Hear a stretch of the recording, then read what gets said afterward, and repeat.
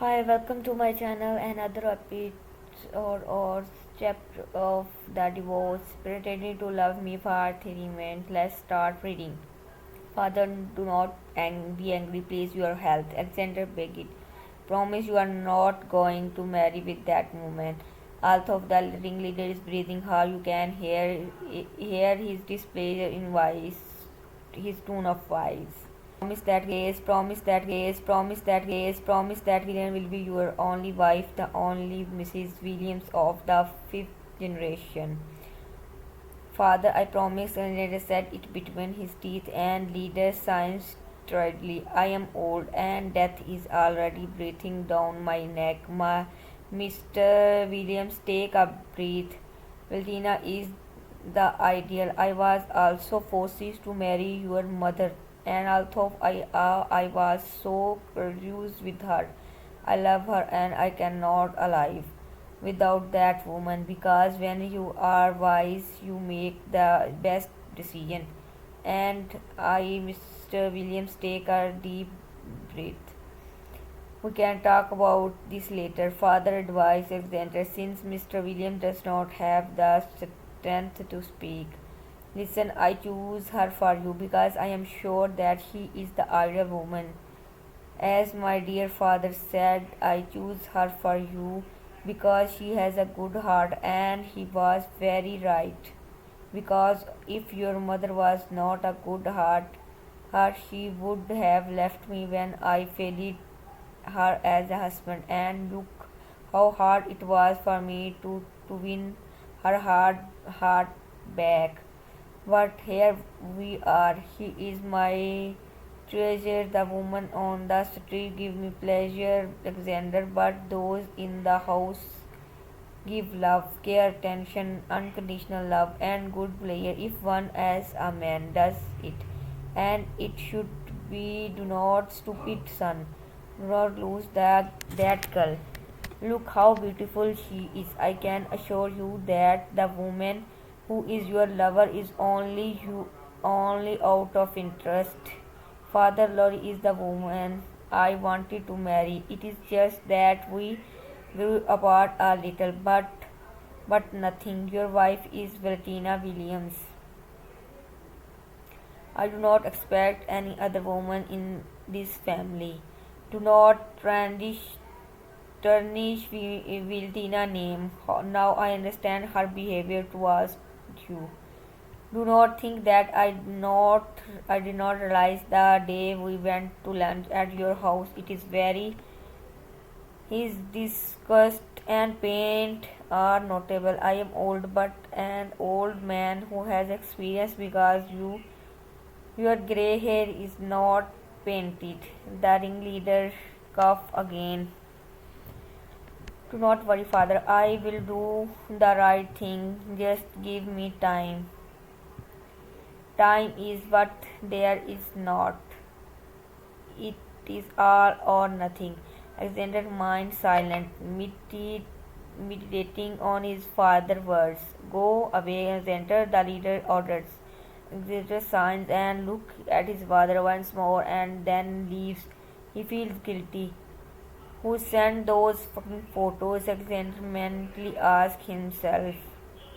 When I get to the waiting room, I can see his mother anguish.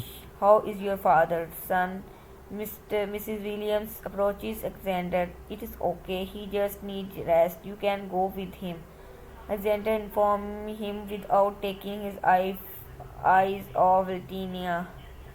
Mrs. Williams walks away, leaving them alone. Alexander approaches his wife with firm steps. Happy? He asks resentfully. What are you thinking about? Bettina looks at him strangely.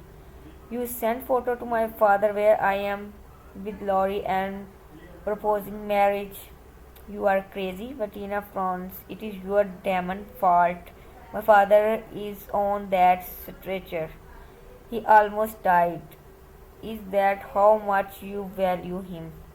I would never do something like that. How can you think it was me? Valentina feels like crying out of helplessness. For you, damage. You cannot tolerate what happened. You almost killed my father. Valentina slapped him hard.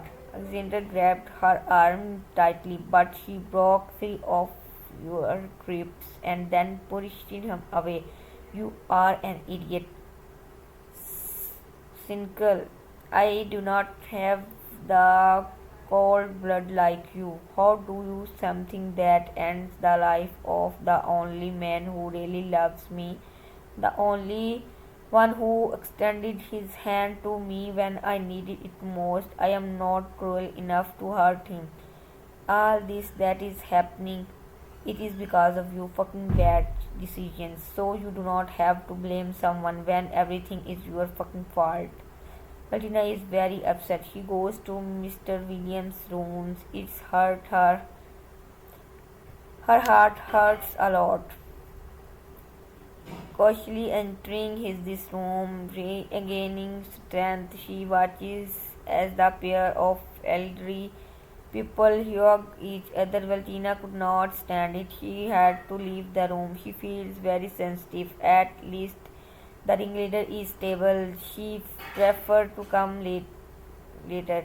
When he arrives back at the waiting room, Alexander is not there, which he is mentally grateful for. As he leaves the clinic, Alexander is talking to Lori. She feels furious, but she does not want to argue. She stands on the edge of the road and waits patiently for a taxi. Tears come to her eyes. I am sure it was you. Lori approaches, but Valentina ignores her. Enough, Lori, go home. No, Alexander, I am tired of this fat woman. She is manipulating everyone, even you with our divorce. Why do you do not accept it? Alexander loves me. Stop tormenting his life. Matting his wife. He wants to be with me. Do not bother him anymore. Sign the divorce and get out of our lives. Valentina is furious, especially because her husband does not defend her. Valentina grabs Lori by the hair and pulls her down towards her. Look, you damn it, bitch. If I do not give Alexander a divorce, that is my fucking problems. And I am sure it was you who sent those photos because you are impatient that he did not sign the divorce, and then Alexander does not want to divorce me anymore. Let go of me, stupid, and I highly doubt that he does not want to be with me because just a few minutes while we were having intense sex, he told me that he liked it. So go to hell itself. Valentina pushes her and walks towards the road when she sees the taxi. Hello readers, how are you? I think you are very good and like this chapter, so we will meet tomorrow and other episode. So till then, bye bye. If you are new, please like and subscribe and share my channel. Bye bye.